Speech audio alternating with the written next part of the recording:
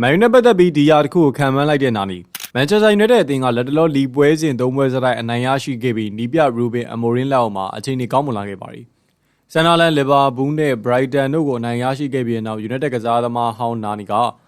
ဒီရာသီမှာအသင်းဟာ Premier League ဖလားကိုစကူးနိုင်နေရှိကြောင်းပြောဆိုလိုက်ပါတယ်။ United ကရာသီအစမှာပွဲစဉ်၅ပွဲမှာတပွဲသာအနိုင်ရရှိခဲ့ပြီးတော့ ဩဂုတ်လ EFL ကပ်မှာGrimsby ကိုပယ်နယ်တီနဲ့ရှုံးနိမ့်ခဲ့တာကြောင့်မလို့ရာသီအစခြေစွမ်းကမကောင်းခဲ့ပါဘူး။ Sporting နီးပြဟောင်းဖြစ်တဲ့ Ruben Amorim ပေါ်မှာလည်း PR တွေမြင်မာခဲ့ပြီးတော့သူ့ကိုထုတ်ပယ်ပို့တော့မှတောင်းဆိုမှုတွေရှိခဲ့တာပါ။ဒါမဲ့လည်း United က Amorim လက်အောက်မှာ Sunderland, Liverpool နဲ့ Brighton တို့ကိုဇက်တိုက်အနိုင်ရပြီးတော့အခြေအနေတွေကောင်းမွန်လာနေပါပြီ။အသင်းဟာစနေနေ့မှာ City Ground ကိုသွားပြီးတော့ Nottingham Forest နဲ့ကစားမယ့်ပွဲမှာဒီနိုင်ပွဲလမ်းကြောင်းကိုဆက်လက်ပြီးတော့ထိန်းထားနိုင်မှုအတွက်ကြိုးပမ်းသွားမှာဖြစ်ပါတယ်။နောက်နေ့က United ကဒီလိုမျိုးအနိုင်လမ်းကြောင်းကိုဆက်လက်ပြီးတော့ထိန်းထားနိုင်မယ်ဆိုရင်လီဗာပူးကိုအရားယူနိုင်တဲ့အခွင့်အရေးရှိတယ်လို့ယုံကြည်နေပါတယ်။ Cavs.com နဲ့တီးသန့်အင်တာဗျူးမှာနာနီယို United ရဲ့ဖလားခွင့်နဲ့ပတ်သက်ပြီးတော့မေးမြန်းခဲ့ရမှာဘာလို့ဒီလိုမျိုးမဖြစ်နိုင်ရမှာလဲသူတို့ကခိုင်မာတဲ့အသင်းကိုတီးဆောက်နေပြီးတော့အမြဲတမ်းဇယားထိပ်မှာရှိနေတဲ့အာဆင်နယ်လီဗာပူးချယ်ဆီမန်စီးတီးတို့လိုအသင်းတွေနဲ့တကယ်ပြိုင်ဆိုင်မှုပြန်ဝင်မှုစူးစမ်းနေပါတယ်ဒါကြောင့်အခုသူတို့ဒီအခြေအနေကိုရောက်နေပါပြီသူတို့မှာအခွင့်အရေးရှိပါတယ်လို့ဖြေကြားခဲ့တာပါနောက်တဲ့ပွဲနေ့ငယ်ကိုဆက်ပြီးတော့အနိုင်ရမယ်ဆိုရင်အခြေအနေအတိုင်းပြောင်းလဲသွားနိုင်ပါတယ်ဒါကြောင့်ကျွန်တော်တို့ဘယ်တော့မှမသိနိုင်ပါဘူးစနိုင်အောင်စူးစမ်းပြီးမှကြည့်ကြတာပေါ့ဒီနေ့မဖြစ်နိုင်ခဲ့ရင်တော့လာမယ့်ရာသီအတွက်သူတို့ယုံကြည်မှုရရှိသွားနိုင်ပါတယ်လို့လည်းပြောဆိုခဲ့ပါတယ်ကလပ်မှာကြီးမားတဲ့ပြောင်းလဲမှုတွေရှိတယ်ကစားသမားအသစ်တွေနီးပြအသစ်တွေအဖွဲ့ဝင်အသစ်တွေအများကြီးပါပဲဒါအပြင်လူတိုင်းကကလပ်ဘလောက်ကြီးလဲသူ့ရဲ့သမိုင်းကြောင်းဘလောက်ကြီးလဲအဲ့လိုကိုဆက်လုပ်ဖို့အတွက်သူတို့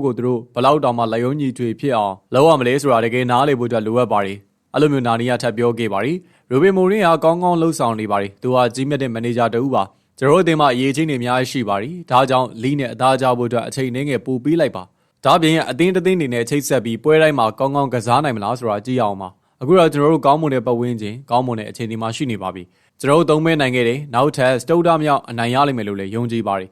အဲ့ဒီကနေစပြီးတော့ပွဲစဉ်တိုင်းမှာခြေစွမ်းပြနိုင်မယ်ခိုင်မာတဲ့ကစားသမားအုပ်စုကိုတီးဆောက်ဖို့အခွင့်အရေးရပါတယ်လို့လည်းသူကဆိုထားပါတယ်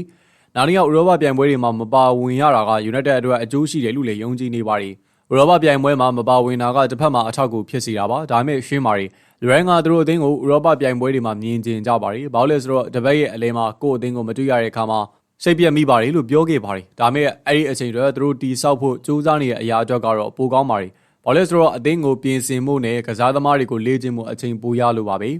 တခါတရံမှာကစားသမားတွေကဖိအားရမ်းများတဲ့အခါကိုကာယပိုင်းကိုစီမံခန့်ခွဲဖို့ခက်ပါတယ်လို့ဆိုပါတယ်ချန်ပီယံလိနဲ့ယူရိုပါလိပြိုင်ပွဲတွေတိုးချဲ့လာတာကြောင့်မလို့ United ရဲ့လီဖလားပြိုင်ဘက်တွေဟာရန်နေငယ်ချားတွေမှာပွဲကစားနေရပေမဲ့အမိုရင်ရဲ့အသင်းကတော့အနားယူခွင့်ပို့ပြီးတော့ရနေပါတယ်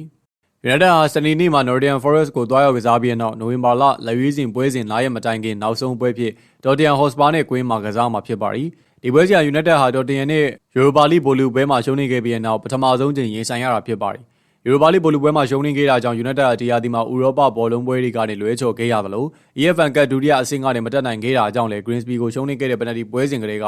တပတ်အလဲပွဲစဉ်မကစားရသေးပါဘူး